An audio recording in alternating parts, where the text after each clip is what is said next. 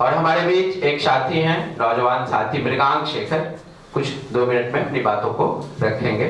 बागडोर के वरिष्ठ साथी हैं श्री मृगांक शेखर।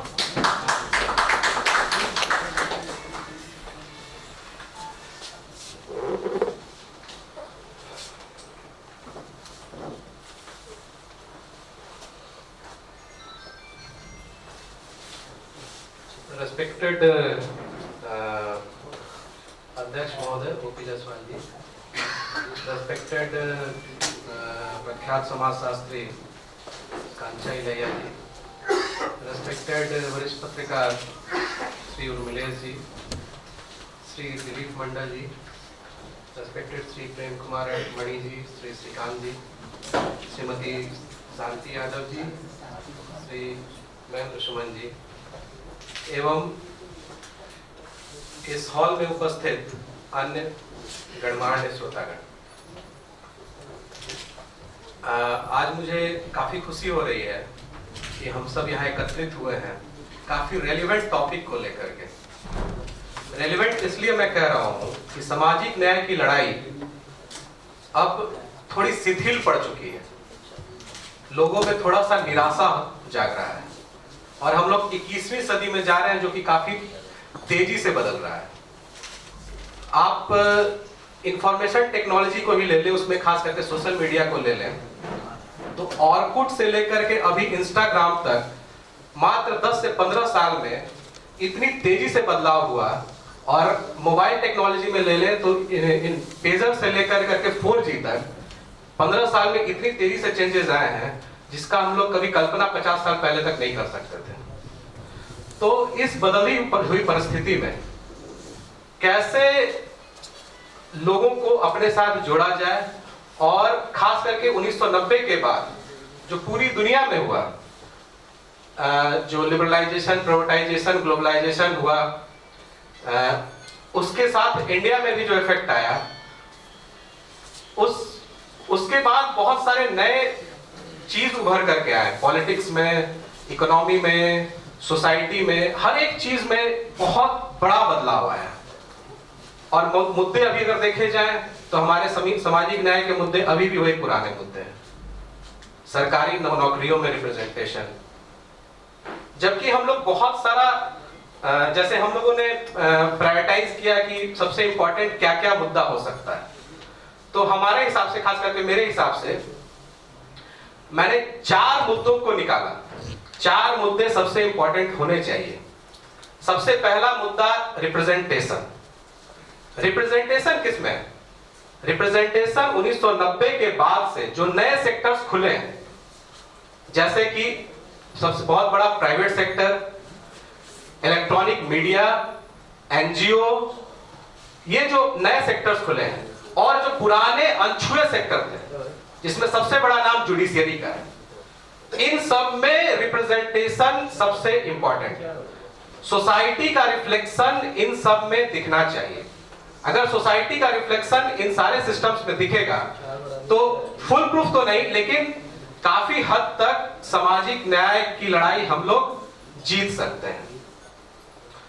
अब देखा जाए तो प्राइवेट सेक्टर को उठाते हैं। प्राइवेट सेक्टर, कहने को तो प्राइवेट सेक्टर है, लेकिन आप एक एग्जांपल लें कि कोई बड़ा कॉन्ट्रैक्ट किसी कंपनी को मिलती है, बड़ी कंपनी को, वो क्या करती है?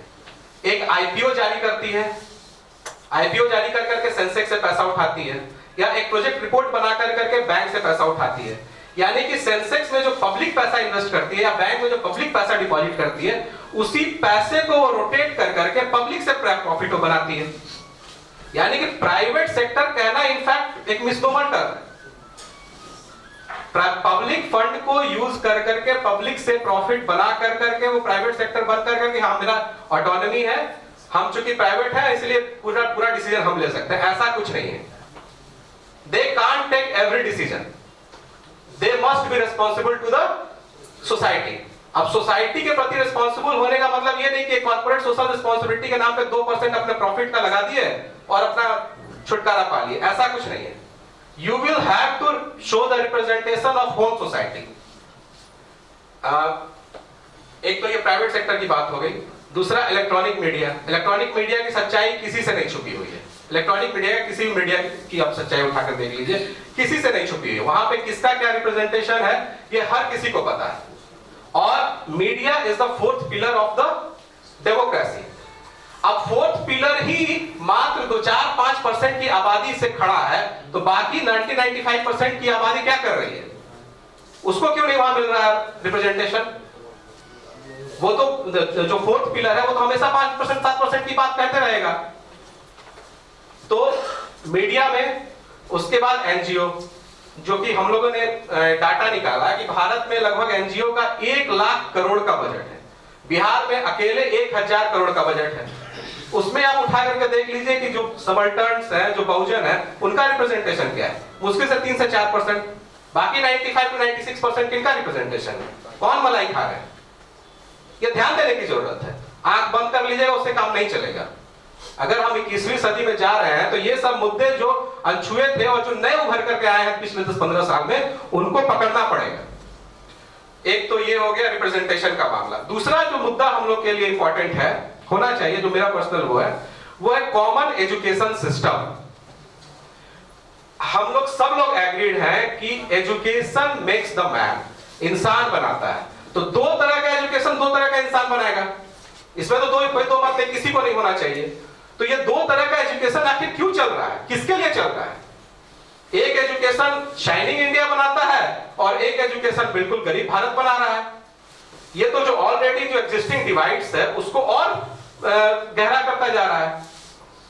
तो कॉमन एजुकेशन सिस्टम, अब इसमें क्या करना है, कैसे करना है, ये अभी हम लोगों का वो कॉन्सेप्ट पूरा कंसोलिडेट नहीं हुआ है, लेकिन आप लोग इसमें अपना राय दें।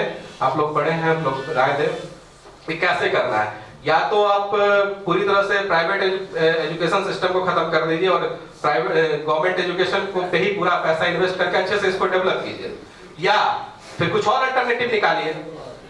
अब तीसरी बात, common and very well developed health system. आप एक इमेजिन कीजिए, हम लोग तो भाई अफोर्ड कर सकते हैं, आराम से कहीं भी जाकर करके दिखला सकते हैं, कोई दिक्कत नहीं। एक गरीब आदमी बेचारा मेहनत कर करके थोड़ा पैसा कमाता है और पुवर्टी लाइन से ऊपर उठ जाता है, लेकिन उसके घर में कोई भी एक आदमी बीमार पड़ता है, उसके इलाज में उसके इतने पैसे खर्च हो जाते हैं कि वापस वो ग्राउंड जीरो पे पहुंच जाता है। वैसे हेल्थ सिस्टम से किसका भलाई हो रहा है? जो वेल पेड है, वो जो जिनके पास पैसा है, वो इस हेल्थ सिस्टम में बढ़िया से अपना इलाज करवा रहे हैं, बिल्कुल ठीक है, कोई दिक्कत नहीं है। तो गवर्नमेंट की जो इकोनॉमिक पॉलिसी है, अब लिबरलाइजेशन सच्चाई है। इस यूनिपोलर वर्ल्ड में ये एक सच्चाई है और इसमें हम लोगों को रहना है, ये भी एक सच्चाई है। अब इसी में बढ़िया से कैसे आप इकोनॉमिक पॉलिसी बनाइएगा। गवर्नमेंट, आप हर जगह मार्केट को आप वैल्यू दीजिए, कोई दिक्कत नहीं है, लेकिन ये जो 2 जगह है, हेल्थ और एजुकेशन, इसको आपको संभालना पड़ेगा। इसको आप प्राइवेट के हाथ में दे दीजिए और हेल्थ सेक्टर में एक इंश्योरेंस का स्कीम निकाल दीजिए कि भाई हम आपको एक स्मार्ट कार्ड देंगे, आप इंश्योरेंस गवर्नमेंट आपको देगी, उससे आप बचने वाले नहीं है। इन दोनों चीजों को आपको उठाना पड़ेगा, अपने हाथ में लेना पड़ेगा और मजबूती से काम करना पड़ेगा।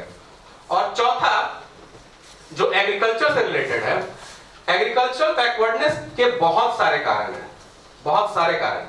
लेकिन उसमें जो मैंने पर्सनली जो विजुअलाइज किया, उसमें मैंने देखा कि इरिगेशन एक बहुत इंपॉर्टेंट फैक्टर है, जिसमें कि अगर हर खेत को पानी मिले तो ये काफी हद तक प्रॉब्लम को सॉल्व कर सकता है। हमारा देश मॉनसून डिपेंडेंट देश है, मॉनसून पे डिपेंडेंट है, और मॉनसून कितना ज्यादा अनप्रेडिक्टेबल है ये किसी से नहीं छुपा है। कभी अल नीनो, कभी अल नीना चलता रहता है। तो अगर इसी पे, अगर डिपेंडेंट, मॉनसून पे डिपेंडेंट हमारी खेती चलती रहेगी तो उसका क्या स्थिति होगा वो हम लोग बिल्कुल समझ सकते हैं। दूसरी बात, इसका एक और एग्जांपल मैं दूंगा इरिगेशन के इंपॉर्टेंस का। जैसे NH2 है, जिसको कि ग्रैंड ट्रैंक रोड भी कहते हैं, जब वो भोजपुर से गुजरता है, रोहतास वगैरह के इलाके से गुजरता है, तो उसका एक हिस्सा बिल्कुल धान का कटोरा है और दूसरे हिस्से की हालत खराब है। एक हिस्से में खुशहाली है और एक हिस्से में आपका नक्सलवाद है। कारण, एक हिस्से में सोन नहर से बढ़िया पानी आता है, इरिगेशन सिस्टम है, और दूसरे हिस्से में कुछ हो नहीं रहा है ठीक से, इरिगेशन का प्रॉब्लम है। तो जहां इरिगेशन का सिस्टम बढ़िया से डेवलप्ड है, वो काफी अच्छा परफॉर्म कर रहा है, और सोशल प्रॉब्लम जैसे कि नक्सलवाद का प्रॉब्लम वहां बहुत कम है, बहुत कम। और दूसरा हिस्सा जहां पे इरिगेशन का फैसिलिटी नहीं मौजूद है, वहां के खेतीहर किसान बेचारे वर्षा पे निर्भर करते हैं, निर्भर रहते हैं। उनका स्थिति यह है कि बढ़िया से पैदा नहीं कर पाते हैं, और वहां पे जो सामाजिक प्रॉब्लम है, नक्सलवाद का जो प्रॉब्लम है, वो सब प्रॉब्लम वहां पे ज्यादा है। इसीलिए इन 4 इश्यूज को, पहला representation in newly emerge sector and untouched sector. Untouched sector judiciary के बारे में मैंने शायद डिस्कशन थोड़ा नहीं किया। जुडिशियरी के बारे में सर एक चीज बता देता हूं कि पूरे सिस्टम को कंट्रोल करता है कॉन्स्टिट्यूशन, और कॉन्स्टिट्यूशन को कंट्रोल करता है higher judiciary, high court and supreme court. यानी कि पूरे सिस्टम को कंट्रोल कौन कर रहा है? Judiciary, higher judiciary. तो जब पूरे सिस्टम को कंट्रोल कर रहा है हायर जुडिशियरी, और वहां पर रिप्रेजेंटेशन क्या है? मात्र 200 परिवार के सदस्य ही पूरे हाई कोर्ट और सुप्रीम कोर्ट को कंट्रोल कर रहे हैं। ये क्या है? मतलब कि आप कितनी भी लड़ाई लड़ लेंगे, लेकिन वहां जाकर के आप हार जाएंगे, इसकी गारंटी मैं देता हूं। इसीलिए वहां भी रिप्रेजेंटेशन बहुत जरूरी है। Newly emerge sector, private sector, NGO, electronic media and other media, और अनटच्ड सेक्टर जिसमें कि आपका जुडिशियरी सबसे इंपॉर्टेंट। उसके अलावा common health system, common education system और इरिगेशन।